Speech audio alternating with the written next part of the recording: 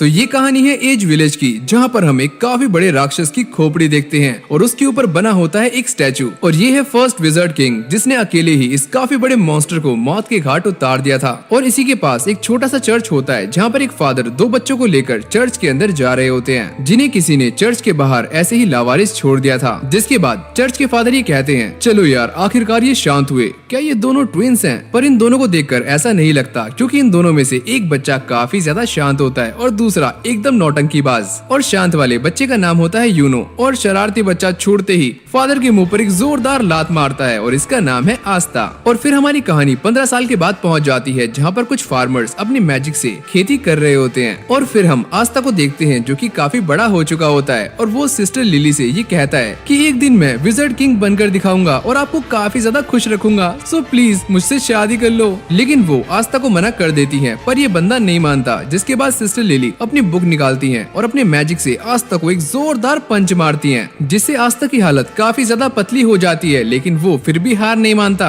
और तभी अचानक यहाँ पर एंट्री होती है यूनो की, जो कि आते ही आस्था को रोक देता है। अबे ओए यूनो, तू मेरे बीच में क्यों आ रहा है? फालतू के पंगे मत ले। अबे ओए घनचक्कर, अगर तेरा बिहेवियर ऐसा ही रहा तो कोई भी लड़की तुझे भाव नहीं देगी, समझा? और ये सुनने के बाद आस्था को बहुत ही ज्यादा गुस्सा आता है और वो यूनो को लड़ने के लिए चैलेंज कर देता है। और तभी वहाँ पर एक छोटा सा बच्चा होता है, जिसका नाम होता है नैश। वो ये कहता है, अरे सुनो, यूनो से मत लड़ो, वो तुम्हारी पैंट गीली कर देगा। और वैसे भी तुम्हारे पास कोई मैजिक तो है नहीं, फालतू के पंगे क्यों ले रहे हो? और ये सुनने के बाद आस्था कहता है, अबे ओए सुन, मैं तुझसे बड़ा हूँ तो मुझसे तमीज से बात कर। लेकिन नैश उसे समझाने लगता है कि इस दुनिया में मैजिक ही सब कुछ है, जिसके पास जितना ज्यादा मैजिक होगा वो उतना ही स्ट्रॉन्ग होगा। और यहाँ तक कि नैश के पास भी मैजिक होता है। और तभी आस्था कहता है, रुक जा बेटा, मैं अभी तुझे अपना स्पेशल मूव दिखाता हूँ। और ये बोलने के बाद वो एक्सरसाइज करना शुरू कर देता है। और इसके बाद हम यूनो को देखते हैं, जो कि अपने मैजिक से कपड़े सुखा रहा होता है और सारे के सारे बच्चे उसे देखकर खुश हो रहे होते हैं। और तभी यहाँ पर फादर की एंट्री होती है, जो कि ये कहते हैं कि यूनो ही इस चर्च की आखिरी उम्मीद है। और फिर हम सिस्टर लिली को देखते हैं, जो कि आस्था को ये समझा रही होती हैं कि जब तुम्हें अपनी ग्रीमोर मिल जाएगी तो तुम भी मैजिक को यूज कर सकते हो। और ये सुनने के बाद आस्था काफी ज्यादा खुश होता है और ये कहता है, अरे हाँ, ये तो सही है कि जब मुझे अपनी ग्रीमोर मिल जाएगी तो मैं मैजिक नाइट्स को ज्वाइन कर लूंगा और बन जाऊंगा विजार्ड किंग। पर यूनो उसकी बातों को इग्नोर कर देता है, जिसके बाद आस्था को बहुत ही ज्यादा गुस्सा आता है और वो भागते हुए वहाँ से चला जाता है। और यहाँ पर सिस्टर लिली यूनो को आस्था के साथ काफी अच्छे से बिहेव करने के लिए बोलती है। लेकिन तभी वो उस पल को याद करती है जब यूनो हमेशा रोता रहता था। पर जब वो उस दिन आस्था के साथ जख्मी घर आया, तभी से ये दोनों काफी बदल चुके हैं। और फिर दूसरी तरफ हम आस्था को देखते हैं, जो कि एक्सरसाइज कर रहा होता है और ये कहता है कि मैं विजर्ड किंग बनकर ही दिखाऊंगा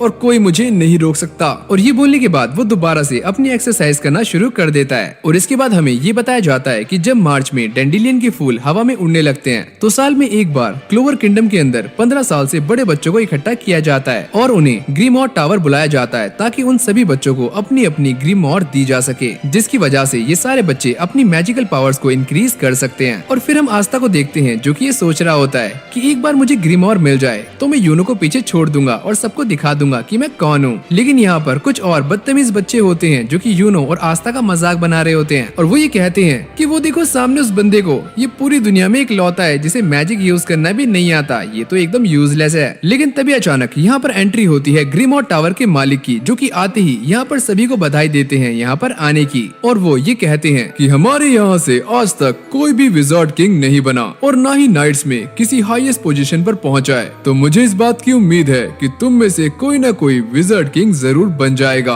और इसके बाद वो ये कहते हैं कि चलो तुम सभी को तुम्हारी ग्रीमोर देते हैं। और तभी हम ये देखते हैं कि सारे बच्चों के पास अपनी अपनी ग्रीमोर आ जाती है। पर आस्था कहता है, अरे यार मेरी ग्रीमोर कहाँ पर है? और तभी टावर के मालिक ये कहते हैं कि तुम अगले साल ट्राई करना। क्या अगले साल? तब तक तो मैं बुढ़ा हो जाऊंगा, बिल्कुल आपकी तरह। जिसके बाद सारे लोग आस्था का मजाक बनाना शुरू कर देते हैं। पर तभी अचानक यूनो की ग्रीमोर अचानक से चमकने लगती है, जिसके बाद सभी लोग ये नोटिस करते हैं कि ये एक 4 लीफ क्लोवर ग्रीमोर है। और ये देखकर फादर कहते हैं कि ये तो वही ग्रीमोर है जो कि पहले विजर्ड किंग को मिली थी। और ये सारी बातें सुनने के बाद यूनो कहता है कि सभी लोग सुन लो कि अगला विजर्ड किंग मैं ही बनने वाला हूँ। और ये सुनकर सारे लोग उसे चीयर करना शुरू कर देते हैं। और तभी हमें आस्था की आवाज सुनाई देती है और वो ये कहता है कि तुम बस इंतजार करो यूनो, मैं तुम तक पहुँच जाऊंगा और मैं तुम्हारा इकलौता कॉम्पिटिटर हूँ। और तभी यूनो कहता है कि ऐसा कभी भी नहीं होने वाला। और ये कहकर वो वहाँ से चला जाता है। और फिर अगली सीन में हम आस्था को देखते हैं, जो कि उसी स्टैचू के सामने खड़ा होता है और ये कहता है कि मैं ऐसे हार नहीं मान सकता, भले ही मुझे 100 साल क्यों न लग जाएं, मैं तुम सबको दिखा दूंगा लूंगा और जब मुझे अपनी ग्रीमोर मिल जाएगी तो मैं बन जाऊंगा अगला विजर्ड किंग, तुम देख लेना। और इसके बाद हम एक बच्चे को देखते हैं जो कि यूनो से चिढ़ने के बाद उसके ऊपर हमला करता है, पर यूनो बिना अपनी ग्रीमोर का इस्तेमाल किए उसके हमले को काट देता है। लेकिन तभी अचानक हम ये देखते हैं कि आसपास की सारी दीवारों में से चेन्स निकलना शुरू हो जाती हैं, जो कि उन बच्चों को जकड़ लेती हैं। और तभी एक बंदा ये कहता है कि शांत हो जाओ,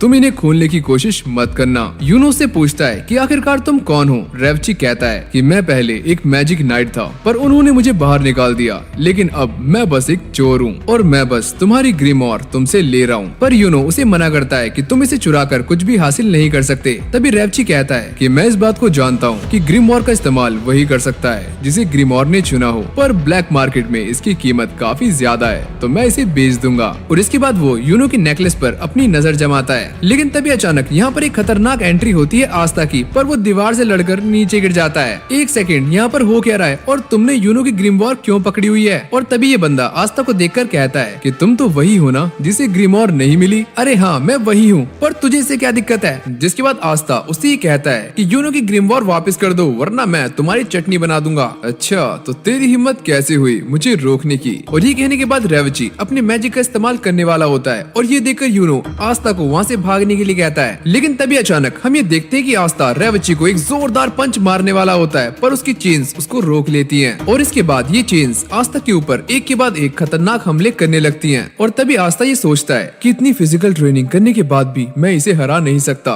जिसके बाद रेवची उसके ऊपर हंसने लगता है। तभी आस्था कहता है मैं एक न एक दिन विजर्ड किंग जरूर बनूंगा। और ये बात सुनने के बाद रेवची कहता है कि मैं अपनी चेन से किसी के अंदर भी मैजिक का पता लगा सकता हूँ, और तुम्हारे अंदर तो मैजिक का एक कतरा भी नहीं है, और शायद इसीलिए तुम्हें तुम्हारी ग्रीमोर नहीं मिली। और तभी आस्था इस बात को रियलाइज करता है कि वो चाहे कितनी भी मेहनत कर ले, वो विजर्ड किंग नहीं बन सकता। और फिर देखते देखते रेवची उसे बार बार परेशान करने लगता है, जिससे आस्था को ऐसा लगता है कि शायद रेवची सही कह रहा है और वो एक विजर्ड किंग नहीं बन सकता। और यहाँ पर आस्था हार मानने ही वाला होता है, लेकिन तभी उसे यूनो की आवाज आती है जो रेवची को ये कहता है कि तुम आस्था को नहीं जानते, वो विजर्ड किंग नहीं बन सकता, क्योंकि विजर्ड किंग मैं बनूंगा, लेकिन आस्था मेरा राइवल है। और ये बात सुनने के बाद आस्था के अंदर एक आग भड़क जाती है और वो रेवची से कहता है अबे ओए पीछे हट। और ये सुनने के बाद रेवची की पैंट गीली होने लगती है। और तभी अचानक हम ये देखते हैं कि आस्था के पास उसकी 5 लीव क्लोवर आ जाती है और ये ग्रीमोर काफी खतरनाक होती है, जिसके अंदर से एक स्वॉर्ड बाहर आती है, जिसको देखकर रेवची ये बोलता है कि तुम्हारे अंदर तो कोई भी मैजिकल पावर्स नहीं थी, तो तुम्हें ये ग्रीमोर कैसे मिली? जिसके बाद आस्था के आसपास का पूरा एनवायरनमेंट डार्क हो जाता है, क्योंकि इस ग्रीमोर के अंदर डेविल रहता है। और इसके बाद हम 10 साल पहले एक पास्ट का सीन देखते हैं जहाँ पर यूनो और आस्था एक साथ भाग रहे होते हैं, लेकिन यूनो भागते भागते नीचे गिर जाता है और वो रोने लगता है। और आस्था उसे उठाकर ये बोलता है अरे ओए मेरे दोस्त, तुम ऐसे रोया मत करो, मैं हमेशा तुम्हारे साथ हूँ। और ये बोलने के बाद वो दोनों पहाड़ी की तरफ भागना शुरू कर देते हैं। और इसके बाद ये सारे बैठकर आराम से खाना खा रहे होते हैं, जहाँ पर आस्था ये कहता है कि जब मैं बड़ा हो जाऊंगा तो आप मुझसे शादी करके मेरे लिए ऐसा ही खाना बनाना। पर तभी सिस्टर लिली ये कहती है कि ये खाना फादर ने बनाया है। और ये सुनते ही आस्था चिढ़ जाता है और जमीन में लौटने लगता है, जिसके बाद यूनो उसे मना करता है कि वो किसी से भी शादी नहीं कर सकती। पर आस्था कहता है कि मैं हार नहीं मानूंगा। और फिर अगली सीन में वो इन दोनों को पहले विजार्ड किंग की कहानी सुनाने लगती है और ये बताती है कि किस तरह उसने इतने बड़े डीमन को मारकर शांति को स्थापित किया था। जिसके बाद आस्था उनसे विजार्ड किंग के बारे में पता करता है और सिस्टर लिली ये बताती है कि विजार्ड किंग एक टाइटल है जो कि जनरेशन टू जनरेशन पास होता गया है, और ये विजार्ड किंग की ही शक्तियाँ हैं जिसकी वजह से यहाँ पर शांति स्थापित है, और वो किंग के बाद दूसरा सबसे इम्पोर्टेंट पर्सन माना जाता है। और ये सारी बातें सुनने के बाद आस्था कहता है तो चलो ये बात फाइनल हो गई कि अगला विजर्ड किंग मैं ही बनने वाला हूँ। और ये सुनने के बाद सिस्टर लिली और यूनो दोनों शॉक्ड हो जाते हैं। और इसके बाद आस्था ये कहता है कि अगर मैं एक बार विजर्ड किंग बन गया तो मैं आप सबकी लाइफ को सेट कर दूंगा और इस टूटे फूटे चर्च को भी एकदम नया बना दूंगा। और यहाँ पर आस्था दोबारा से कहता है कि जब मैं विजर्ड किंग बन जाऊंगा तो आप मुझसे शादी कर लेना। पर सिस्टर लिली उसे फिर से मना कर देती है। और फिर अगली सीन में हम ये देखते हैं कि आस्था अपने मैजिक का इस्तेमाल करने की कोशिश कर रहा होता है, पर उसके अंदर तो मैजिक है ही नहीं, तो उसकी सारी की सारी कोशिशें नाकाम जा रही होती हैं। लेकिन वो यहाँ पर भी सिस्टर लिली से रो रो कर शादी की बातें कर रहा होता है। और तभी यहाँ पर एंट्री होती है फादर की, जो कि उन दोनों में से किसी एक के लिए काम लाए होते हैं, और आस्था ये काम करने के लिए एकदम एक्साइटेड होता है। जिसके बाद वो ये काम यूनो को सौंप देते हैं और ये कहते हैं कि ये काम काफी इम्पोर्टेंट है, तो इसीलिए ये काम मैं तुम्हें सौंप रहा हूँ, तो इसे ध्यान से करना। और हमें इस मौसम में खाने की काफी जरूरत है जिसे हमें कलेक्ट करना है। जिसके बाद यूनो इस लेटर को लेकर यहाँ से भाग जाता है और एक छोटा सा बच्चा आस्था से कहता है अगर तुम्हारे पास मैजिक नहीं है तो कम से कम लकड़ियाँ काटने में हमारी हेल्प कर दो, कुछ तो काम आओगे तुम। और ये सुनने के बाद आस्था की सनक जाती है। और इसके बाद हम यूनो को देखते हैं जो कि उस लेटर को आराम से डिलीवर कर देता है, लेकिन जब वो वापस आ रहा होता है तभी उसके सामने एक बंदा आकर खड़ा हो जाता है और ये बंदा यूनो को मारकर उसका पेंडेंट ले लेता है, जहाँ पर यूनो रो रो कर उससे ये बोलता है प्लीज मेरा पेंडेंट मुझे वापस कर दो।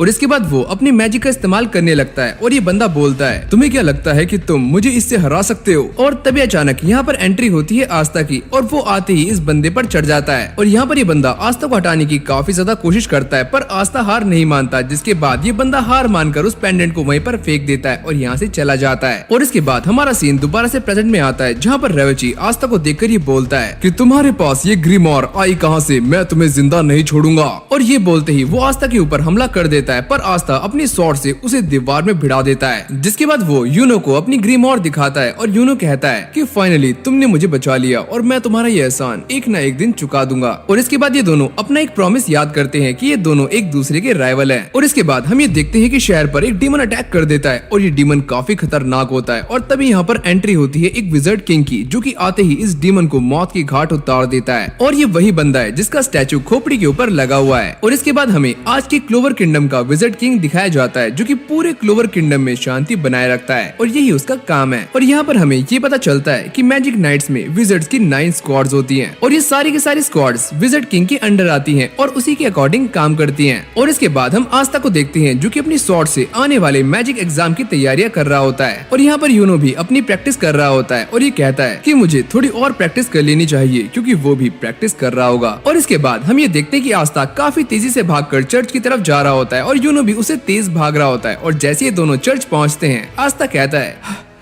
अरे यार हालत टाइट हो गई, पहले ये बताओ कि हम दोनों में से फर्स्ट आया कौन है। और यहाँ पर यूनो उसको उड़ा देता है और ये बोलता है कि फाइनली मैं जीता। और फिर अगले दिन हम ये देखते हैं कि आस्था अपनी ट्रेनिंग कर रहा होता है और तभी उसके पास नैश आता है, जो कि आकर ये बोलता है कि मैं काफी बोर हो रहा था तो मैंने सोचा तुम्हारी ट्रेनिंग देख लूं, तुम जैसे नल्ले की ट्रेनिंग देखने में मुझे काफी मजा आएगा। और तभी आस्था ये बोलता है कि तुम टेंशन मत लो, मैं मैजिक नाइट बनने के बाद सभी लोगों को प्रूफ कर दूंगा कि मैं ही अगला विजर्ड किंग बनने वाला हूँ। और इसके बाद हम चर्च का सीन देखते हैं, जहाँ पर ये सारे आराम से बैठकर खाना खा रहे होते हैं और फादर आस्था को देखकर ये बोलते हैं अबे ओए बच्चे, तुम कितनी भी प्रैक्टिस कर लो पर इस एग्जाम को यूनो ही जीतने वाला है, और हाँ हारने के बाद रोना मत। और इसके बाद वो सिस्टर लिली से पंगे लेना शुरू कर देता है और वो अपने मैजिक से आस्था के एक जोरदार थप्पड़ जड़ देती है और आस्था बेचारा दीवार में चिपक जाता है। और फिर अगली सीन में हम ये देखते हैं कि आस्था और यूनो रॉयल कैपिटल की तरफ निकल जाते हैं और ये जगह एज विलेज से काफी दूर होती है। तभी आस्था ये बोलता है कि पता नहीं वो जगह दिखने में कैसी होगी और शायद हम वहाँ पर विजर्ड किंग से भी मिल पाएं। जिसके बाद ये दोनों रॉयल कैपिटल पहुंच जाते हैं और ये जगह एज विलेज से काफी डिफरेंट होती है। और ये दोनों चलते चलते उसी जगह पर पहुंच जाते हैं जहाँ पर मैजिक नाइट्स का एग्जाम कंडक्ट होने वाला है। और यहाँ पर सारे लोग एक दूसरे को चीयर कर रहे होते हैं और यहाँ पर सभी बच्चों की ग्रीमोर को देखकर उन्हें नंबर दिए जा रहे होते हैं और सारे के सारे यूनो की ग्रीमोर देखकर काफी ज्यादा चौंक जाते हैं। और इसके बाद हम अंदर का सीन देखते हैं, जहाँ पर एक बंदे के ऊपर काफी सारी बर्ड्स उड़ रही होती हैं और वो ये बताता है कि ये सारी एंटी बर्ड्स हैं जिनके पास मैजिक काफी कम होता है। ये बर्ड्स उनके पास उतनी ही ज्यादा होती हैं, लेकिन यूनो के आसपास एक भी बर्ड नहीं होती। लेकिन आस्था चारों तरफ से इन बर्ड से घिरा होता है और वो भागते भागते एक बंदे से टकरा जाता है और ये बंदा एकदम पहाड़ की तरह होता है, जो कि आस्था के सर को पकड़ लेता है और ये बोलता है कि मुझे ऐसा लगता है कि तुम्हें मरने का काफी ज्यादा शौक है। और ये बंदा कोई और नहीं बल्कि ब्लैक बुल स्क्वाड का हेड होता है और इस बंदे का नाम होता है यामीशुकी हीरो, जिसे सारे लोग लॉर्ड ऑफ डिस्ट्रक्शन के नाम से भी जानते हैं। और ये बंदा काफी खतरनाक है और इसकी स्क्वाड भी। और तभी आस्था ये सोचता है अरे यार मैंने गलत बंदे से पंगे ले लिए, ये मेरी चटनी बना देगा। और इसके बाद हम ये देखते हैं कि सारे के सारे स्क्वाड कैप्टन सामने आ जाते हैं, जिनको देखकर यूनो ये बोलता है कि आखिरकार ये कौन है। और इसके बाद हमें सारे के सारे स्क्वाड कैप्टन के बारे में बताया जाता है और यहाँ पर एक और बंदा होता है जो कि इन सबसे काफी खतरनाक होता है और इस बंदे का नाम होता है विलियम वेंजेंस। और फिर हम आस्था को देखते हैं जो कि यहाँ पर विजर्ड किंग को ढूंढ रहा होता है, जो कि उसे यहाँ पर कहीं भी दिखाई नहीं देते। लेकिन तभी कैप्टन विलियम ये बोलते हैं कि तुम्हारे सारे के सारे एग्जाम मैं लेने वाला हूँ। जिसके बाद वो अपने मैजिक से सभी को उड़ने वाली झाड़ू दे देते हैं और आस्था और यूनो ये समझ जाते हैं कि ये बंदा विजर्ड किंग बनने के सबसे ज्यादा करीब है। जिसके बाद कैप्टन विलियम्स इन सभी को इंस्ट्रक्शंस देना शुरू कर देते हैं और सबसे पहला टेस्ट होता है अपनी झाड़ू को लेकर उड़ना, जैसे कि बिल्कुल हैरी पॉटर में हुआ था। और वो ये कहते हैं कि ये सबसे आसान तरीका है जिससे मेजेस ट्रेवल करते हैं, अगर तुम ये भी नहीं कर पाए तो तुम्हारा यहाँ होने का कोई भी फायदा नहीं है। और इसके बाद हम ये देखते हैं कि काफी सारे कैंडिडेट्स आराम से झाड़ू के ऊपर उड़ पा रहे होते हैं और यूनो भी आराम से उसके ऊपर खड़ा हो जाता है और आस्था अपनी झाड़ू को उड़ाने की काफी ज्यादा कोशिश करता है पर वो इससे हिलती भी नहीं है और सारे के सारे स्क्वाड कैप्टन्स उसी को नोटिस कर रहे होते हैं। अरे यार, इसके पास इतना तो मैजिक होगा कि ये उसे फ्लॉट कर सके। और ऐसे ही एक के बाद एक एग्जाम्स होने शुरू हो जाते हैं पर आज तक किसी में भी कुछ नहीं कर पाता। और इसके बाद कैप्टन विलियम्स ये बोलते हैं कि अब तुम्हारा फाइनल एग्जाम है, चलो देखते हैं कि तुम क्या कर सकते हो। और तभी कैप्टन वर्मिलियन ये बोलते हैं कि चलो तैयार हो जाओ, तुम सबको अपनी ग्रीमोर की हेल्प से एक दूसरे के साथ लड़ना होगा। और आस्था यहाँ पर सोच रहा होता है कि मुझे अपनी ताकत को साबित करने के लिए किसी मोटे तगड़े बंदे के साथ लड़ना होगा, वरना मेरा तो बैंड बच जाएगा। और यहाँ पर आस्था की फाइट सेकी के साथ सेट हो जाती है, जो कि उसे देखकर ये बोलता है कि तुम एक छोटे से चूहे हो जो मेरी हेल्प करने वाले हो मैजिक नाइट्स में एंट्री लेने के लिए। और जैसे ही इन दोनों की फाइट स्टार्ट होती है तभी सेकी अपने आसपास एक शील्ड बना लेता है जो कि काफी स्ट्रॉन्ग होती है। और सभी को ऐसा लग रहा होता है कि आस्था इससे जीत नहीं पाएगा, लेकिन तभी अचानक हम ये देखते हैं कि आस्था अपनी पूरी ताकत का इस्तेमाल करता है और अपनी स्वॉर्ड से उसके ऊपर एक ही अटैक करता है, जिससे उसकी शील्ड टूट जाती है। और ये अटैक इतना ज्यादा खतरनाक होता है कि सेकी की बैंड बच जाती है और उसकी हालत एकदम पतली हो जाती है। और ये देखकर सारे लोग चौंक जाते हैं और ये सोचते हैं कि आखिरकार ये कौन है और क्या ये सच में विजर्ड किंग बनना चाहता है। और तभी यामी ये बोलता है कि मुझे ऐसा लगता है कि इसके पास कुछ और है। और इसके बाद सारे बंदे एक एक करके आपस में लड़ना शुरू कर देते हैं और यूनो के पास एक बंदा आता है जो कि उसे लड़ने के लिए चैलेंज करता है। मैं ये बात अच्छे से जानता हूँ कि तुम्हें 4 लीफ क्लोवर ने चुना है, लेकिन फिर भी मैं तुम्हें लड़ने के लिए चैलेंज करने वाला हूँ। और जैसे ही इन दोनों की फाइट स्टार्ट होती है तभी हम ये देखते हैं कि ये बंदा अपनी मैजिक से एक लाइटनिंग बॉल बनाता है और यूनो की तरफ फेंकता है, लेकिन यूनो के टोर्नेडो मैजिक के आगे ये बंदा पानी कम चाय होता है और उसी के अंदर फंस जाता है और यूनो इस फाइट को आराम से जीत जाता है। और इसके बाद हमें शाम का सीन दिखाया जाता है जहाँ पर सारे बच्चे खड़े होते हैं और उनके लिए स्क्वाड को चुना जा रहा होता है। और यहाँ पर कुछ बच्चों की सिलेक्शन हो जाती है पर कुछ बच्चे रह जाते हैं। और इसके बाद बारी आती है यूनो की, जिसको देखकर सारे के सारे स्क्वाड लीडर्स अपना हाथ उठा देते हैं और ये देखकर सारे के सारे लोग चौंक जाते हैं। और तभी आस्था ये देखकर सोचता है, अरे वाह, ये तो कमाल हो गया कि ये सारे के सारे बंदे इसे अपनी टीम में लेना चाहते हैं। और यहाँ पर यूनो विलियम वेंजेंस की स्क्वाड को ज्वाइन करता है जिसका नाम होता है गोल्डन डॉन। और फिर बारी आती है आस्था की, जिसको देखकर कोई भी लीडर अपना हाथ खड़ा नहीं करता और ये देखकर आस्था थोड़ा डर जाता है और सारे लोग उसे यहाँ से जाने के लिए बोलते हैं। पर तभी यामी उसे देखकर ये बोलते हैं कि ये डरने की बात नहीं है, कोई भी लीडर तुम्हें अपनी टीम में तब तक नहीं लेगा जब तक कि वो तुम्हारी ताकत के बारे में जान ना जाए। और तभी अचानक हम ये देखते हैं कि कैप्टन यामी सभी बंदों को अपनी ताकत दिखाते हैं और फिर आस्था के पास पहुंच जाते हैं। और उन्हें अपने पास देखकर आस्था ये सोच रहा होता है, अरे यार, ये प्रेशर तो काफी ज्यादा है और इस बंदे की पावर्स काफी खतरनाक लग रही हैं। और तभी यामी उससे ये बोलते हैं कि अगर तुम एक विजर्ड किंग बनना चाहते हो तो तुम्हारे पास हम सभी से ज्यादा ताकत होनी चाहिए। और क्या तुम मेरे सामने खड़े होकर ये बात कह सकते हो कि तुम विजर्ड किंग बनना चाहते हो? और तभी आस्था ये बोलता है कि हाँ, मैं तब तक हार नहीं मानूंगा जब तक कि मैं एक विजर्ड किंग नहीं बन जाता।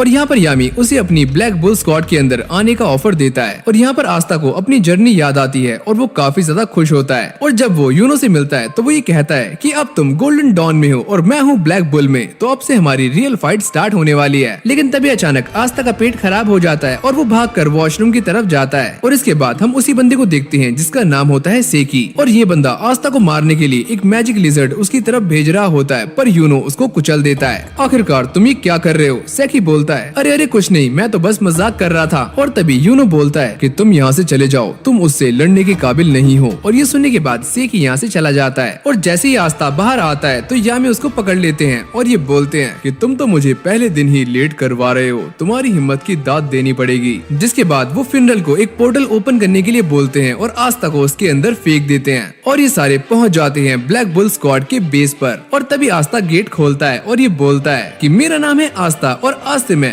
ब्लैक बुल स्क्वाड को ज्वाइन कर रहा हूँ। लेकिन तभी अचानक यहाँ पर एक धमाका होता है और आस्था काफी दूर जाकर गिरता है। और यामी बोलते हैं, हाँ भाई छोटू, तुम्हारा स्वागत है ब्लैक बुल स्क्वाड में। और इसके बाद हम ये देखते हैं कि गोल्डन डॉन का एक मेंबर यूनो से मिलने के लिए आता है और ये बंदा अपना नाम क्लाउस लूनेट बताता है। और ये बंदा यूनो को समझा रहा होता है कि तुम्हें इतनी जल्दी गोल्डन डॉन के अंदर एक्सेप्ट नहीं किया जाएगा। और तभी यूनो ये बोलता है कि आप चिंता मत करो, मैं बहुत जल्दी अपने आप को प्रूफ कर दूंगा। और फिर अगले सीन में हम आस्था को देखते हैं जो कि ब्लैक बुल स्क्वाड के अंदर अपनी प्रैक्टिस कर रहा होता है और बाकी के मेंबर्स आराम से चिल मार रहे होते हैं। और यहाँ पर आस्था अपना इंट्रोडक्शन दे रहा होता है, लेकिन तभी अचानक एक फायर बॉल उसके पास आकर गिरती है, जिसके बाद ये लड़की और ये लड़का आपस में लड़ना शुरू कर देते हैं, जिसको देखकर कैप्टन यामी का दिमाग पक जाता है और वो जोर से दीवार पर मुक्का मारते हैं और ये बोलते हैं कि तुम सब रुक जाओ। और जैसे ही सारे रुक जाते हैं तभी कैप्टन यामी सभी को आस्था से मिलवाते हैं और यहाँ पर आस्था अपना इंट्रोडक्शन देता है कि मेरा नाम है आस्था। जिसके बाद ये सारे के सारे मेंबर मेंबर्स अपना इंट्रोडक्शन देना शुरू कर देते हैं और यहाँ पर एक लड़की होती है जिसका नाम होता है वेनेसा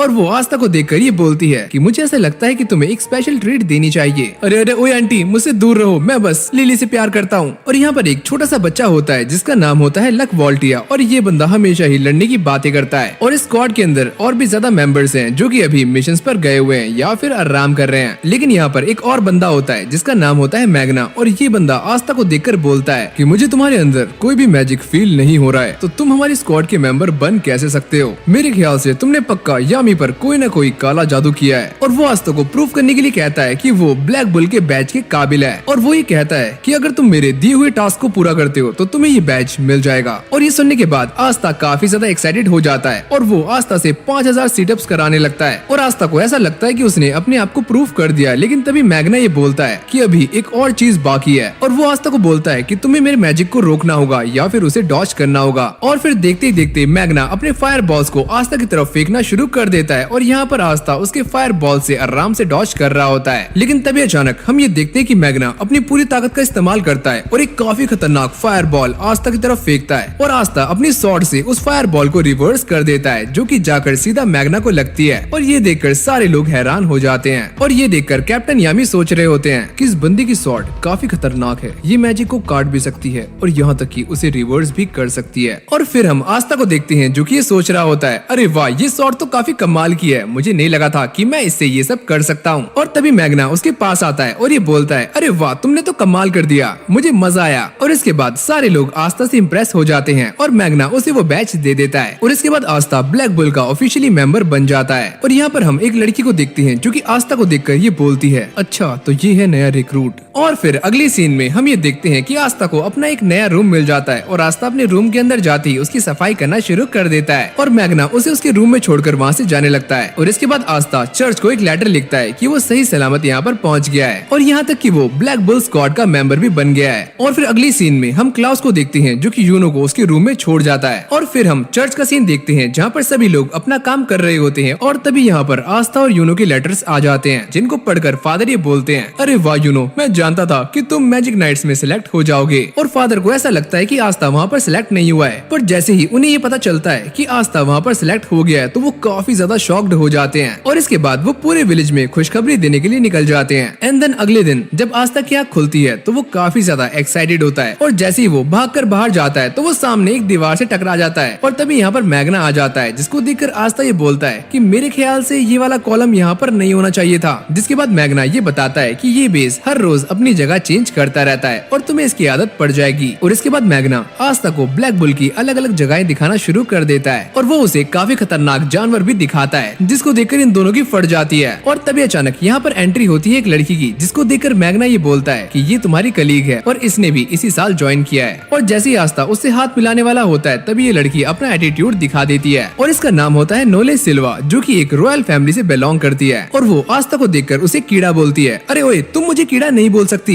जिसके बाद वो आस्था को उसकी और अपने बीच की मैजिकल पावर्स का डिफरेंस दिखाना शुरू कर देती है और जैसे ही वो आस्था पर अटैक करती है तो ये अटैक जाकर मैग्ना को लगता है, अबे ओए, तुमने मुझे क्यों मारा, मैं तुम्हारा सीनियर हूँ। जिसके बाद इन दोनों में लड़ाई शुरू हो जाती है और मैग्ना उसे काफी खरी खोटी सुना रहा होता है। लेकिन तभी अचानक हम ये देखते कि नोले इस स्क्वाड की जैकेट को नीचे फेंक देती है और ये बोलती है कि ये स्क्वाड काफी बेकार है और मैं इसे छोड़कर जा रही हूँ। और अगली सीन में हम ये देखते कि आस्था बाहर बाथरूम ढूंढ रहा होता है और तभी उसके ऊपर एक पानी की काफी बड़ी बॉल आकर गिरती है और यहाँ पर आस्था ये नोटिस करता है कि नोले अपनी मैजिक की प्रैक्टिस कर रही होती है और जैसे वो दोबारा से अपना वाटर बॉल यूज करती है तो ये बॉल दोबारा जाकर आस्था को लगता है। और इसके बाद नोले अपने पास्ट को याद करना शुरू कर देती है जहाँ पर सभी लोग उसे कोस रहे होते हैं कि ये लड़की अपनी मैजिक को कंट्रोल नहीं कर सकती। आस्था सोचता है कि ये सब इसके लिए काफी मुश्किल होगा, लेकिन तभी नोले उसको देख लेती है और ये बोलती है, अबे ओए कीड़े, तुम यहाँ पर क्या कर रहे हो। और उसको ऐसा लगता है कि आस्था उसका मजाक बनाने वाला है तो इसीलिए वो उसके ऊपर अपने वाटर बॉल से अटैक करती है, पर वो इसी के अंदर फंस जाती है और उसका मैजिक चारों तरफ तबाही मचाना शुरू कर देता है जिसको देखकर सारे के सारे ब्लैक बुल्स चौंक जाते हैं और वो ये बोलते हैं कि ये तो काफी बड़ा है और हमें जल्दी कुछ न कुछ करना होगा। लेकिन वो इसके ऊपर अपने मैजिक से अटैक नहीं कर सकते थे वरना इससे नोले को काफी दिक्कत होती। लेकिन तभी अचानक हम ये देखते हैं कि कैप्टन यामी अपने आप को चार्ज करते हैं और आस्था को आसमान में फेंक देते हैं जिसके बाद आस्था अपनी स्वॉर्ड का यूज करता है और नोले के मैजिक को काट देता है और ये दोनों नीचे गिरने लगते हैं। लेकिन फिनरल उन दोनों को अपने मैजिक से बचा लेता है और नोले को ऐसा लगता है कि ये सारे लोग उसका मजाक बनाने वाले हैं। पर तभी आस्था ये बोलता है, अरे वाह, तुम्हारे पास तो काफी खतरनाक मैजिक है और मैं तुम्हारे मैजिक से इम्प्रेस हो गया और मुझे ऐसा लगता है कि अगर तुम अपने मैजिक को कंट्रोल करना सीख जाओगी तो तुम्हें कोई हरा नहीं सकता। और इसके बाद सारे के सारे लोग नोले को चेयर करना शुरू कर देते हैं और वेनेसा उसे बोलती है कि वो उसे उसका मैजिक कंट्रोल करना सिखाएगी। और तभी आस्था उसका हाथ पकड़ लेता है और ये बोलता है कि चलो अपना बेस्ट देते हैं। और यहाँ पर नोले रोने लगती है। तो लो भाई, आस्था ने भी अपने लिए बंदी सेट कर ली है।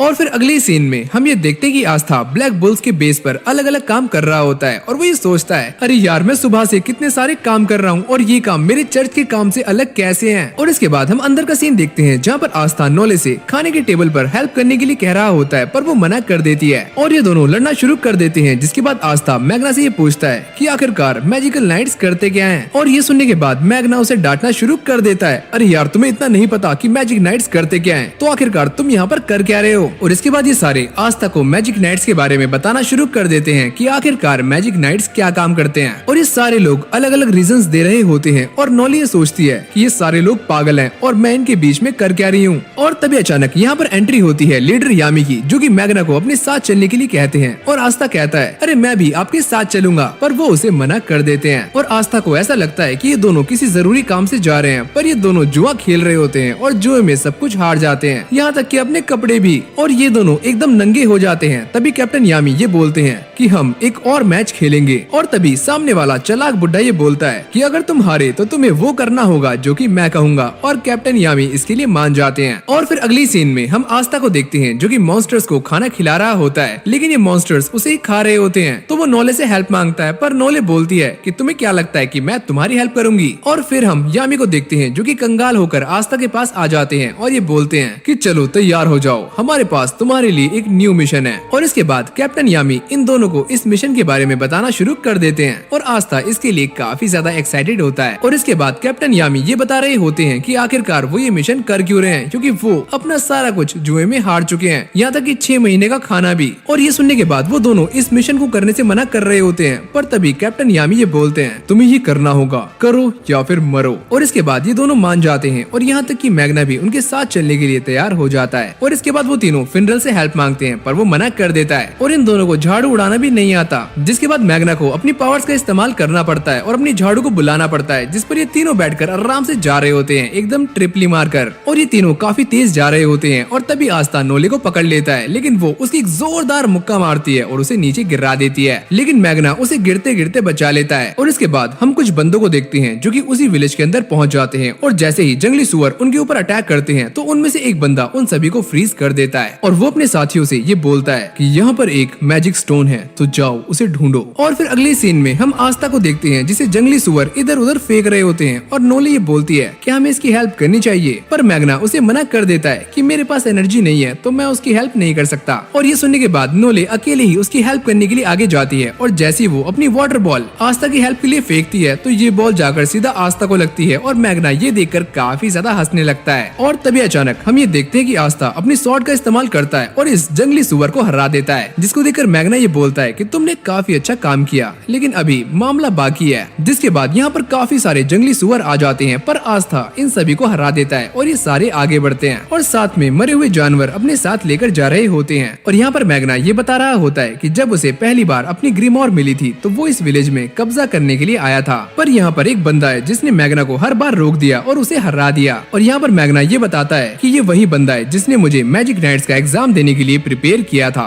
और जैसे ये सारे अपने डेस्टिनेशन पर पहुंच जाते हैं तभी आस्था सामने देखता है कि यहाँ पर काफी सारी धुंध है, जिसको देखकर नोले ये बोलती है कि यहाँ पर मिस्ट मैजिक का इस्तेमाल किया गया है। और ये सुनने के बाद मैग्ना कहता है कि यहाँ के विलेजर्स इतने स्ट्रॉन्ग नहीं है कि वो ऐसा मैजिक कास्ट कर सकें, तो आखिरकार ये किसने किया है। और वो आस्था से कहता है कि तुम अपनी स्वॉर्ड का इस्तेमाल करके इस मिस्ट को काट दो। और ये सुनने के बाद आस्था हंसने लगता है और जैसे ही आस्था अपनी स्वॉर्ड का इस्तेमाल करता है तो वो धीरे धीरे इस मिस्ट को काटना शुरू कर देता है। और ऐसा करते करते ये सारे सेंटर में पहुंच जाते हैं जहाँ पर काफी सारे लोगों को कैद किया गया होता है। और जब कोई उनके ऊपर अटैक करता है तो मैग्ना उन्हें बचा लेता है। और तभी मैग्ना ये नोटिस करता है कि वो बंदा जो कि मैग्ना को काफी प्यारा था वो मर चुका है। और तभी वो अपने सामने एक बंदे को देखता है जिसको देखकर वो ये कहता है, क्या ये सब तुमने किया है? वो बोलता है कि तुम मेरा टाइम खराब कर रहे हो और अब से थोड़ी देर के बाद तुम सारे मरने वाले हो। और ये बोलने के बाद वो उन सभी पर अटैक कर देता है, पर आस्था अपनी स्वॉर्ड से उसके मैजिक को बीच में से काट देता है। आखिरकार तुम लोग कौन हो? और मैग्ना ये सोचता है कि ये लोग यहाँ पर करने क्या आए हैं। और तभी ये बंदा दोबारा से कहता है कि हम तुम्हें मारकर वो चीज यहाँ से ले जाएंगे जो कि हम यहाँ पर लेने के लिए आए हैं। और जैसे ही आस्था उन पर अटैक करने के लिए आगे जाता है तभी उनमें से एक बंदा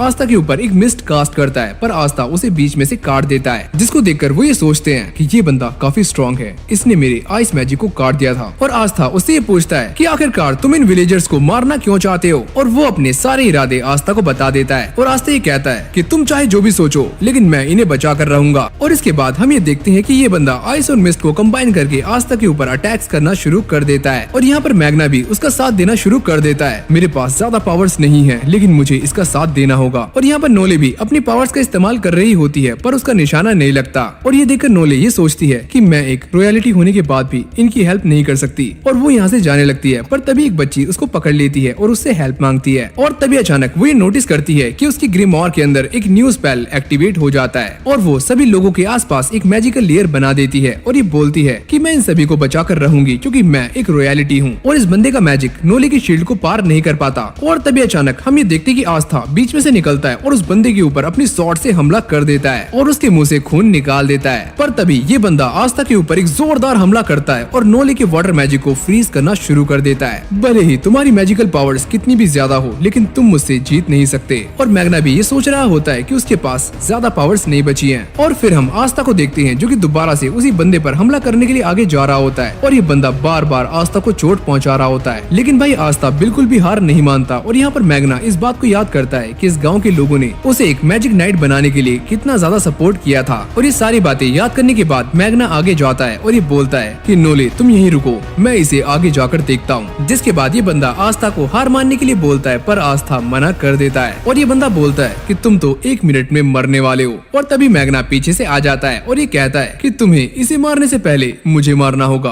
और इसके बाद ये दोनों मिलकर उस बंदे पर भारी पड़ने शुरू हो जाते हैं। और जैसे ये बंदा अपने शरीर पर लगी हुई आग को बुझाने लगता है तभी आस्था अपनी स्वॉर्ड से उसकी चटनी बना देता है और मैग्ना उसे अपने स्पेल के अंदर कैद कर लेता है। और यहाँ पर आस्था नीचे गिरकर सो जाता है, जिसको देखकर नोले ये सोचती है कि ये बंदा चाहे कितना भी अजीब हो पर है तो काम का। और फिर अगली सीन में हम ये देखते कि मैग्ना उन सभी से उनके बारे में पूछता है, लेकिन ये बंदा अपने मैजिक से खुद को और अपने साथियों को डिस्ट्रॉय कर देता है, जिसको देखकर मैग्ना ये सोचता है कि आखिरकार ये बंदा चाहता क्या था। और तभी मैग्ना उसी बंदे की ग्रेव के पास जाता है जो कि उसे काफी पसंद था। और यहाँ पर एक छोटा सा बच्चा होता है जो कि मैग्ना से ये पूछता है, क्या मैं भी एक मैजिक नाइट बन सकता हूँ? मैग्ना कहता है कि तुम जो चाहो वो बन सकते हो। और यहाँ पर आस्था उसे अपना एग्जाम्पल देता है और ये बोलता है कि तुम मुझे ही देख लो, मैं भी तो एक मैजिक नाइट बनी गया, जबकि मेरे पास तो एक भी मैजिकल पावर ही नहीं है। और तभी यहाँ पर एक एंटी बर्ड आ जाती है जो कि अपने साथ एक मैजिकल स्टोन लेकर आई हुई होती है और वो आस्था को मारना शुरू कर देती है। अभी यार ये क्या चीज है? और आस्था इस बर्ड से वो स्टोन छीनने लगता है पर वो उसे नहीं देती। पर इसके बाद हम एक बंदे को देखते हैं जो कि ये बोलता है, अच्छा तो वो स्टोन अब ब्लैक बुल्स के पास है, चलो कोई बात नहीं, जब तक हम तैयार नहीं हो जाते वो उन्हीं के पास रहने दो। और हम ये नोटिस करते हैं कि इस बंदे की ड्रेस पर गोल्डन डॉन का साइन बना हुआ होता है। और फिर अगली सीन में हम ये देखते हैं कि आस्था, नोले और मैग्ना ब्लैक बुल्स के बेस पहुंच जाते हैं और कैप्टन यामी को सारी बातें बताने लगते हैं और वो उनकी बातों को सुनकर जोर जोर से हंसते हैं। और तभी आस्था उनसे ये पूछता है, क्या ये हंसने का टाइम है? और तभी मैग्ना ये बोलता है कि सही चाहते थे कि हम सब हंसे तो इसीलिए सारे हंसो। और तभी मैग्ना एक अजीब सा साइन बनाता है जिसको देखकर आस्था ये बोलता है, अरे यार ये कौन सा साइन है? और वो ये कहता है कि ये मैजिक नाइट्स का साइन है। और तभी यहाँ पर फिनरल और वेनेसा की एंट्री होती है और मैग्ना उनसे पूछता है कि आखिरकार ये किसने किया था, मैं उसे मारने के लिए उतावला हूँ। और ये दोनों बताते हैं कि उन्हें इसके बारे में कुछ भी पता नहीं लगा है। और इस वॉच को देखकर ये बात सामने आती है कि वो बंदा कोई न कोई हाई स्टेटस का बंदा होगा। और तभी यहाँ पर वही एंटी बर्ड आ जाती है जिसको देखकर आस्था का दिमाग घूम जाता है और वो उसे मारने के लिए एकदम तैयार हो जाता है और नोले उसे रोक रही होती है। और फिर अगली सीन में हम ये देखते हैं कि कैप्टन यामी उन सभी को ये बोलते हैं कि तुम्हारे इस काम के लिए विज़र्ड किंग ने तुम्हें एक स्टार दिया है, ये रहा तुम्हारा स्टार। और आस्था पूछता है कि आखिरकार ये स्टार किस लिए? वेनेसा बताती है कि जब भी कोई मैजिक नाइट एक अच्छा काम करता है तो विज़र्ड किंग उसे एक स्टार देते हैं और जिसके पास जितने ज्यादा स्टार्स होते हैं उसका मतलब यही है कि उसने काफी ज्यादा काम किया है। और अभी तक सबसे ज्यादा स्टार्स गोल्डन डॉन के पास हैं जो कि है 70। और ये सुनने के बाद आस्था पूछता है तो हमारे पास कितने स्टार्स हैं? पर यहाँ पर आस्था को ये पता चलता है कि उसे 100 स्टार्स स्टार्स चाहिए गोल्डन डॉन तक पहुंचने के लिए, और ये सारे ऑलरेडी -30 पर हैं। और ये सुनने के बाद आस्था का दिमाग घूम जाता है, जिसके बाद कैप्टन यामी इन सभी को पैसे देते हैं इनके काम के लिए। और फिर अगली सीन में हम आस्था और नोले को देखते हैं जो कि एक साथ बातें कर रहे होते हैं, और यहाँ पर आस्था उसे ये बताता है कि वो सिस्टर लिली से एक दिन शादी करना चाहता है। और इसके बाद आस्था अपने घर वालों के लिए एक लेटर लिखता है कि किस तरह से ये सारे लोग उसका ख्याल रख रहे हैं। और आस्था ये भी लिखता है कि अगर ऐसा ही चलता रहा तो वो बहुत जल्दी विज़र्ड किंग बन जाएगा। और वो इसके अंदर कुछ ऐसी बातें लिखता है जिसको पढ़कर सिस्टर लिली रो देंगी। और फिर वो विज़र्ड किंग का कासल देखता है और ये सोचता है कि आखिरकार वो कैसे दिखते होंगे। और अगले दिन वेनेसा उन दोनों को लेकर शॉपिंग के लिए जा रही होती है, और जैसे ही आस्था नोले को पकड़ता है तो नोले उसे मुक्का मारकर नीचे गिरा देती है। और जब ये तीनों मार्केट पहुंच जाते हैं तो ये अपने लिए सामान ढूंढना शुरू कर देते हैं। और फिर हम मैग्ना को देखते हैं जो कि अपने पैसों को बढ़ाने के लिए गैम्बलिंग करने के लिए आया होता है, यानी कि ये बंदा दोबारा से लुटने वाला है। और इसी जगह पर हम सैकी को देखते हैं जो कि गैम्बलिंग में हारने के बाद वापस जा रहा होता है, यानी कि इस बंदे का यहाँ पर कट चुका है। और फिर हम यूनो को देखते हैं जो कि क्लाउस के साथ और कुछ लोगों के साथ अपने चर्च में वापस आया हुआ होता है, और ये सारे बैठकर सिस्टर लिली का खाना खा रहे होते हैं। और क्लाउस ये सोच रहा होता है क्या टाइम आ गया है कि मैं इस सस्ती जगह पर खाना खा रहा हूँ। और यहाँ पर सिस्टर लिली ये बताती है कि जो पैसे तुमने भेजे थे उससे हमारी काफी हेल्प हो रही है। और जैसे यूनो उनसे पता करता है कि आस्था ने क्या भेजा है तो वो बताती है कि आस्था ने अपनी सारी पेमेंट हमें भेज दी है। और ये सुनने के बाद यूनो काफी ज्यादा चौंक जाता है। और इसके बाद सिस्टर लिली उन सभी के लिए पानी लाने के लिए बाहर जा रही होती है, पर तभी एक बंदा उन्हें पीछे से पकड़ लेता है। और थोड़ी देर के बाद ये सारे लोग बाहर आ जाते हैं, और तभी क्लाउस एक नेकलेस उठाता है और ये बोलता है कि ये तो वैसा ही है जो उन्होंने पहना था जिन्होंने हमारे ऊपर हमला किया था। और इसके बाद सारे बच्चे सिस्टर लिली के बारे में पूछते हैं, पर यूनो उनसे कहता है कि मैं उन्हें ढूंढ लूंगा।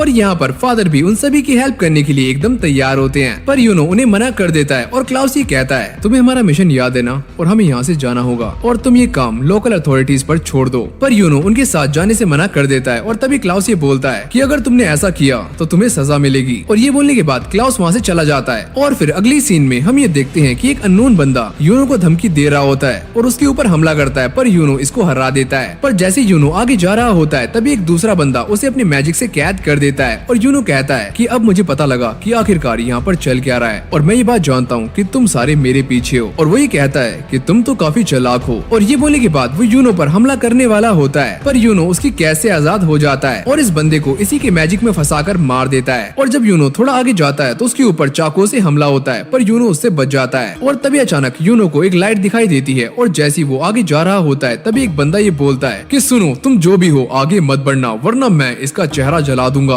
और यहाँ पर ये बंदा यूनो की ग्रीमोर मांग रहा होता है, और यूनो पूछता है कि आखिरकार तुम इसका क्या करोगे। वो बोलता है कि ये तो मैं नहीं जानता, अगर ये तुम्हारे पास नहीं होगी तो मैजिक नाइट्स तुम्हें यूजलेस समझेंगे। पर यूनो इस बंदे को अपनी ग्रीमोर देने से मना कर देता है, और ये बंदा कहता है कि चलो देखते हैं कि तुम इसे कैसे बचाते हो। और तभी अचानक हम ये देखते हैं कि क्लाउस अपने मैजिक से इस बंदे के ऊपर अटैक कर देता है और इसे वहीं पर धाराशाही कर देता है। क्लाउस कहता है क्या कोई और भी है? यूनो कहता है कि अभी एक और बाकी है। और यहाँ पर क्लाउस कहता है कि मुझे पहले से ही शक था कि ये लोग सलीम की जगह तुम्हें टारगेट कर रहे हैं। और यहाँ पर मिमोसा ये बताती है कि उसने सलीम पर मैजिक करने के बाद उससे सारा कुछ सच उगलवा लिया था, और उसे इस बात से चिढ़ थी कि वो तुम्हारी वजह से मैजिक नाइट्स ज्वाइन नहीं कर पाया और वो तुमसे तुम्हारी ग्रीमोर छीनना चाहता था। और ये सारी बातें सुनने के बाद यूनो क्लाउस को थैंक यू बोलता है। और जब ये सारे बातें कर रहे होते हैं तभी सलीम दोबारा से उनके ऊपर हमला करने वाला होता है, पर तभी सिस्टर लिली अपने मैजिक से उसे दूर फेंक कर मारती है। और ये देखकर उसके बाकी साथी डर जाते हैं। और तभी क्लाउस बोलता है कि मुझे ऐसा लगता है कि हमें इन्हें भी मैजिक नाइट्स के अंदर ज्वाइन कर लेना चाहिए। और वैसे वो पांचवा बंदा कहाँ पर है? और इसके बाद हम विज़र्ड किंग को देखते हैं जिसने उस बंदे को पकड़कर उसका रूप ले लिया होता है, और वो ये कहते हैं अरे वाह मुझे इस काम में काफी मजा आया, अगर चीजें बिगड़ जाती तो मैं खुद जाता। लेकिन मार्क्स विज़र्ड किंग को डांटने लगता है और उन्हें वापस आने के लिए बोलता है। और फिर सारे के सारे बच्चे सिस्टर लिली को देखकर काफी ज्यादा खुश हो जाते हैं और मस्ती से अपना खाना खाते हैं। जिसके बाद क्लाउस और उसके साथियों को भी विज़र्ड किंग की तरफ से एक स्टार मिलता है। और यहाँ पर विलियम्स ये बता रहे होते हैं कि तुम्हारे सलीम को यहाँ लाने से कितने फायदे हुए हैं, तो इसीलिए इस सब का क्रेडिट तुम्हें जाता है। और यहाँ पर कैप्टन विलियम ये बता रहे होते हैं कि मैं फ्यूचर में ये देखना चाहता हूँ कि तुम इस किंगडम के लिए क्या क्या करते हो। और यहाँ से जाने के बाद क्लाउस और यूनो आपस में बात कर रहे होते हैं, और क्लाउस कहता है कि हमें एक स्टार मिला है, ये तो अच्छी बात है, लेकिन अगली बार तुम अकेले कहीं भी नहीं जाओगे। और फिर हम आस्था को देखते हैं जो कि यूनो को स्टार मिलने से और भी ज्यादा एक्साइटेड हो जाता है। और फिर अगली सीन में हम मार्क्स को देखते हैं जो कि विज़र्ड किंग के पास आता है और उन्हें एक प्रॉब्लम के बारे में बताता है। और विज़र्ड किंग कहते हैं मैं जानता हूँ कि ये काम आखिर देना किसे है, तुम टेंशन मत लो। और फिर अगली सीन में हम ये देखते हैं कि लोअर किंगडम में एक जगह पर अर्थक्वेक आ जाता है जिससे एक पूरी बिल्डिंग नीचे गिर जाती है। और फिर हम लक को देखते हैं जो कि मैग्ना से लड़ने के लिए बोल रहा होता है और आस्था आराम से अपनी एक्सरसाइज कर रहा होता है। और ये ये सारे मिलकर इस छोटी सी बर्ड का नाम रख रहे होते हैं। पर तभी अचानक यहाँ पर एंट्री होती है कैप्टन यामी की और वो ये कहते हैं कि मुझे कासल में इसीलिए बुलाया गया था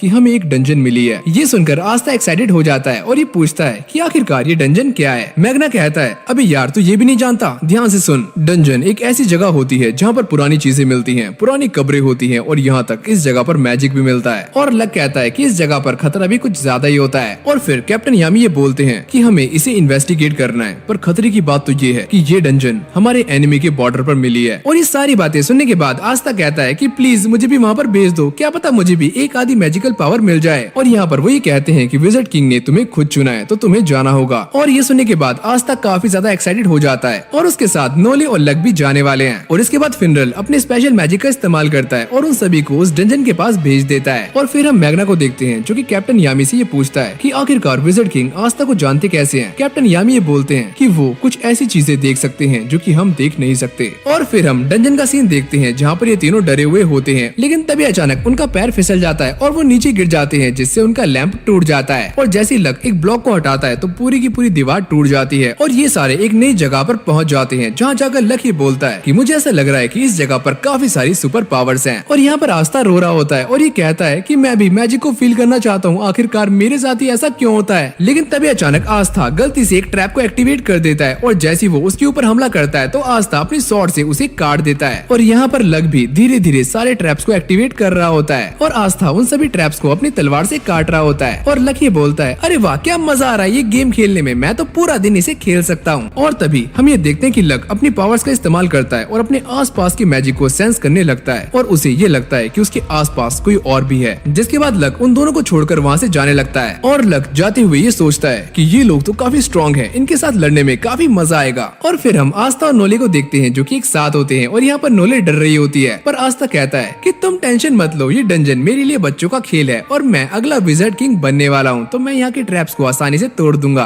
और यहाँ पर ये दोनों अकेले होते हैं और नोले के मन में न जाने कैसे कैसे ख्याल आ रहे होते हैं। और जैसे ही वो आगे जाती है तो वो एक ट्रैप के अंदर फंस जाती है, जिसके बाद एक काफी बड़ा फ्लावर उसे जान से मारने ही वाला होता है। पर तभी आस्था उसको छुड़वा लेता है और उसे यहाँ से जाने के लिए कहता है। पर तभी ये फ्लावर उन दोनों को दोबारा से पकड़ लेता है और ये दोनों नोटिस करते हैं कि उसके पेट में एसिड होता है, यानी कि ये दोनों अगर गलती से भी उसके पेट में गए तो इन दोनों का टंगड़ी कबाब बन जाएगा। और फिर हम दोबारा से कैप्टन यामी को देखते हैं जो कि ये कहते हैं कि मैं तो उन्हें बताना ही भूल गया कि उस जगह पर गोल्डन डॉन के भी कुछ बंदे आने वाले हैं और मैं नहीं जानता कि वो सारे कैसे रिएक्ट करेंगे। और फिर अगले सीन में हम एक बंदे को देखते हैं जो कि कैप्टन विलियम के पास आता है और उनसे ये पूछता है क्या मैं आपसे जान सकता हूँ कि आपने उस बंदे को मिशन पर क्यों भेजा है। अगर तुम मेरे ऊपर विश्वास करते हो तो मेरी बात मानो, मैंने एक सही इंसान को मिशन पर भेजा है। और फिर हमें दोबारा से डंजन का सीन दिखाया जाता है जहाँ पर क्लाउस यूनो से पूछता है कि तुम इन्हें बचाने के लिए यहाँ पर क्यों आए, हमारे पास और भी काम है। और तभी आस्था ये बोलता है कि आखिरकार इस बंदे को दिक्कत क्या है। और ये सुनने के बाद क्लाउस को गुस्सा आ जाता है और यहाँ पर मिमोसा नोले को देखकर ये बोलती है कि तुमसे मिलकर खुशी हुई और हम काफी टाइम के बाद मिल रहे हैं। और ये दोनों कजन्स होती हैं जिनकी आपस में बिल्कुल भी नहीं बनती और ये दोनों एक दूसरे को छेड़ना शुरू कर देती हैं। और यहाँ पर मिमोसा ये बताती है कि उन्हें एक स्टार मिला है और आस्था कहता है कि हाँ हमें भी एक स्टार मिला है। और इन्हीं बातों को लेकर क्लाउस और आस्था के बीच में लड़ाई होनी शुरू हो जाती है। और यहाँ पर क्लाउस ये बोलता है कि ये ब्लैक बुल्स हमेशा ही मैजिक नाइट की नाक कटवाते हैं। आस्था कहता है अबे ओए तू कुछ ज्यादा नहीं बोल रहा, करूँ तेरी बक्खी लाल, करूँ तेरी गुद्दी गरम। और इसके बाद मिमोसा डंजन का एक मैप बनाती है और यूनो उन सभी को लेकर वहाँ से उड़ जाता है। और फिर नोले ये कहती है कि हमें तो ये भी नहीं पता कि हमें जाना कहाँ पर है। आस्था कहता है तो हम सारे रास्ते चेक करेंगे। अरे यार तुम तो पागल हो। और इसके बाद हम एक बंदे को देखते हैं जो कि विज़र्ड किंग को डंजन के बारे में बता रहा होता है और ये कहता है कि डायमंड किंगडम के लोग भी इस डंजन के अंदर आ चुके हैं और उन सभी को लोटस ऑफ द एबिस लीड कर रहा है। और ये सुनने के बाद विज़र्ड किंग कहते हैं कि वो बंदा तो सच में काफी स्ट्रॉन्ग है। और फिर अगली सीन में हम ये देखते हैं कि लक लोटस की सारी स्क्वाड को हरा देता है और अब बस लोटस ही बचता है। और यहाँ पर लोटस उसकी तारीफ करता है, अरे वाह तुम्हारा मैजिक तो कमाल का है। और जब लक उसे लड़ने के लिए बोलता है तो लोटस यहाँ से कल्टी मार रहा होता है और जैसे ही लक उस पर अटैक करता है तो लोटस उसे डॉच कर लेता है। और यहाँ पर लक उस पर अटैक करते हुए ये बोलता है कि तुम्हारा रीजन कुछ भी हो लेकिन मुझे तुमसे लड़ने में काफी मजा आ रहा है। और दूसरी तरफ आस्था और नोले एक ऐसे रूम में फंस जाते हैं जहाँ पर ग्रेविटी नहीं होती और तभी आस्था के सामने एक ट्रेजर बॉक्स आता है और वो उसे खोलने के लिए काफी उतावला हो रहा होता है, पर नोले उसे मना करती है। और जैसे ही आस्था उसे खोलता है तो उसके अंदर ऑर्गन्स होते हैं। और इसके बाद हम दोबारा से लक और लोटस को देखते हैं जो कि एक साथ लड़ाई कर रहे होते हैं और लोटस कहता है कि मैं तुमसे पहले तुम्हारे मास्टर से भी लड़ चुका हूँ और उसने ही मुझे ये निशान दिया था। लेकिन तभी अचानक हम ये देखते हैं कि लक को चक्कर आने शुरू हो जाते हैं और वो ये सोचता है कि आखिरकार मेरे साथ क्या हो रहा है, इसने तो मुझे छुआ भी नहीं है। और लोटस ये बोलता है कि मैं ये बात अच्छे से जानता था कि तुम मेरे ट्रैप में फंस जाओगे। और फिर अगली सीन में हम ये देखते हैं कि यूनो की स्क्वाड ट्रेजर के पास तक पहुंच जाती है, पर तभी कोई मिमोसा के ऊपर अटैक कर देता है जिससे उसे काफी ज्यादा चोट आती है। क्लाउस पूछता है कि आखिरकार यहाँ पर कौन है। वो बंदा कहता है कि तुम सारे मेरे रास्ते में आ रहे हो तो साइड हट जाओ, वरना तुम सबका अंजाम यही होगा। और फिर हमें लक का पास दिखाया जाता है जहाँ पर वो छोटी सी उम्र में ही एक नोबल को हरा देता है, और ये देखकर सारे लोग हैरान हो जाते हैं। और ये सुनकर उसकी माँ भी काफी ज्यादा खुश हो जाती है और ये कहती है कि तुम्हें हमेशा जीतना होगा। और यहाँ पर भी लोटस से लड़ाई करते हुए लक यही बोल रहा होता है कि चाहे जो भी हो जाए मैं ही जीतने वाला हूँ। लोटस कहता है कि मुझे माफ करना, लेकिन मैं इतनी जल्दी हार नहीं मान सकता,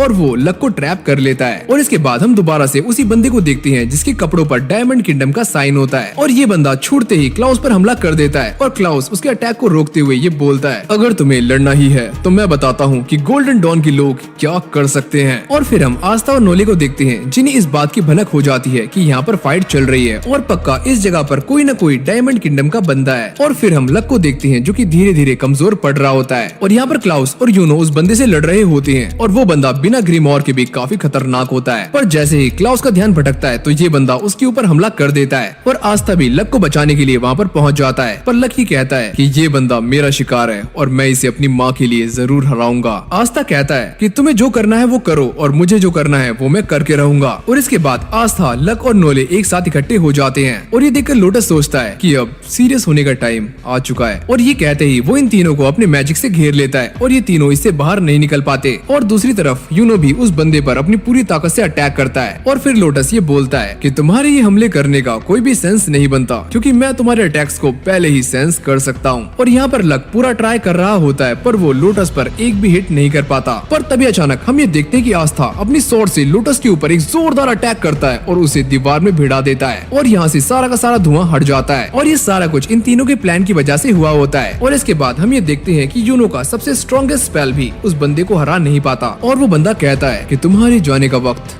आ चुका है। और इसके बाद हम दोबारा से लोटस को देखते हैं जो कि ये सोच रहा होता है कि मुझे ऐसा लगता है कि मेरी हड्डियां टूट चुकी हैं और मैं अब लड़ नहीं सकता। और इसके बाद वो आस्था को देखता है और ये सोचता है कि क्लोवर किंगडम के पास सच में काफी खतरनाक जेम्स हैं, जैसे कि ये बच्चा, इसके पास कोई भी मैजिकल पावर्स नहीं है, लेकिन फिर भी ये काफी खतरनाक है। और इसके बाद हम ये देखते हैं कि लोटस अपने बंदों के साथ यहाँ से भागने लगता है, और ये देखकर लक अपनी पूरी स्पीड से उनका पीछा करने लगता है, लेकिन वो सारे उसे चकमा देकर यहाँ से निकल जाते हैं। और इसके बाद हम ये देखते हैं कि लोटस को एक काफी पावरफुल मैजिक फील होता है। और दूसरी तरफ हम क्लाउस को देखते हैं जो कि अपनी पूरी ताकत इस्तेमाल करने के बाद भी इस बंदे को हरा नहीं पा रहा होता है, और वो इसके सर पर डायमंड्स देखता है, और वो ये सोचता है कि उसने ये सुना था कि डायमंड किंगडम बच्चों पर एक्सपेरिमेंट कर रहा है जिनसे उनकी ताकत को बढ़ाया जा सके, और जो बच्चे चुने जाते हैं उनके ऊपर ऐसे ही मैजिकल आइटम्स को लगवा दिया जाता है ताकि वो अपनी पावर्स को बढ़ा सके। और इसके बाद हम ये देखते हैं कि क्लाउस अपने पूरे मैजिक से दोबारा से उसके ऊपर अटैक करता है, लेकिन मार्स अपने क्लोन से उसको रोक लेता है। और इसके बाद यूनो और मार्स आपस में लड़ना शुरू कर देते हैं, और यहाँ पर यूनो की ताकत काफी कमजोर हो जाती है और वो टायर्ड फील करता है, लेकिन फिर भी यूनो उसका सामना कर रहा होता है। और ये देखकर मार्स बोलता है, तुम चाहे कुछ भी कर लो, लेकिन तुम्हारा ये बेकार मैजिक मेरे ऊपर काम नहीं करने वाला।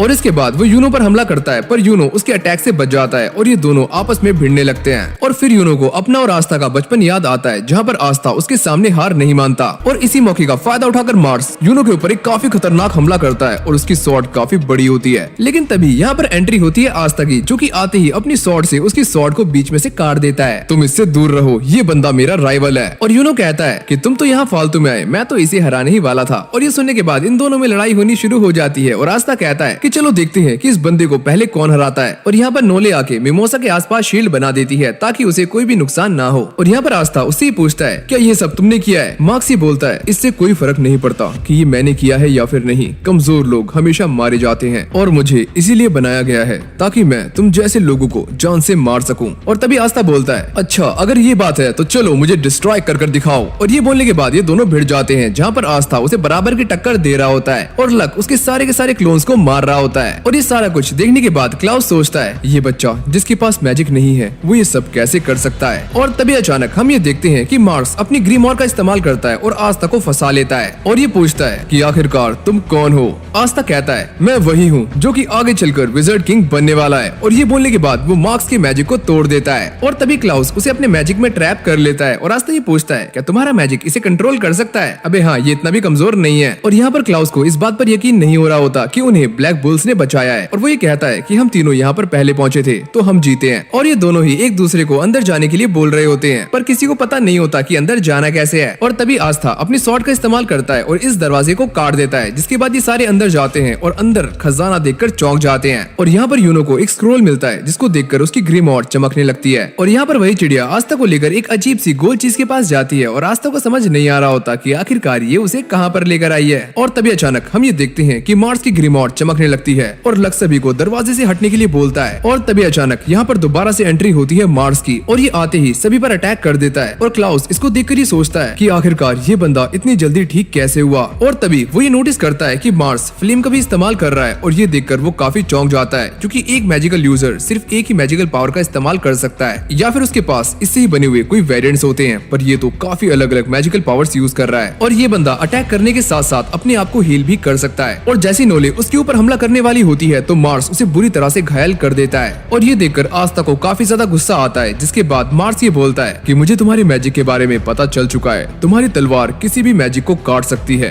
क्यों है ना। और ये बोलते ही वो आस्था के ऊपर हमले करना शुरू कर देता है और आस्था पीछे जाकर गिरता है। और यहाँ पर मिमोसा नोले को हील करने के लिए अपने सबसे पावरफुल स्पेल का इस्तेमाल कर रही होती है और यहाँ पर वो अपने पास्ट को याद कर रही होती है। और तभी हम ये देखते हैं कि मार्स मिमोसा की तरफ बढ़ रहा होता है और ये तीनों कुछ भी नहीं कर पाते। पर तभी हम ये देखते हैं कि आस्था को भी होश आ जाता है, लेकिन वो ये सोचता है कि आखिरकार मैं इसे कैसे हरा सकता हूँ, ये तो मुझसे भी काफी तेज है। पर तभी ये छोटी सी चिड़िया आस्था को एक न्यू तलवार दिखाती है और जैसे ही मार्स मिमोसा पर हमला करता है तभी आस्था बीच में आता है और उसके सारे अटैक्स को बीच में से काट देता है। और ये देखकर मार्स काफी ज्यादा चौंक जाता है, जिसके बाद आस्था उसकी तरफ जाता है और अपनी तलवार से उसके ऊपर हमला कर देता है, पर मार्स अपने आप को हील करने लगता है। और ये देखकर आस्था सोचता है कि जब तक ये बंदा अपने आप को हील कर रहा है तो मैं इसका कुछ बिगाड़ नहीं सकता। और तभी हम ये देखते हैं कि नोले अपना मैजिक आस्था की स्वॉर्ड में डाल देती है और उसकी स्वॉर्ड चमकने लगती है। और जैसे ही आस्था उसे मारने के लिए आगे जाने के बारे में सोच रहा होता है, पर तभी वो ये नोटिस करता है कि उसे मार्स के हमले से चोट लग गई होती है और उसके मुंह से खून निकल रहा होता है, जिसके बाद आस्था नीचे गिर जाता है और उसकी हालत काफी खराब हो जाती है।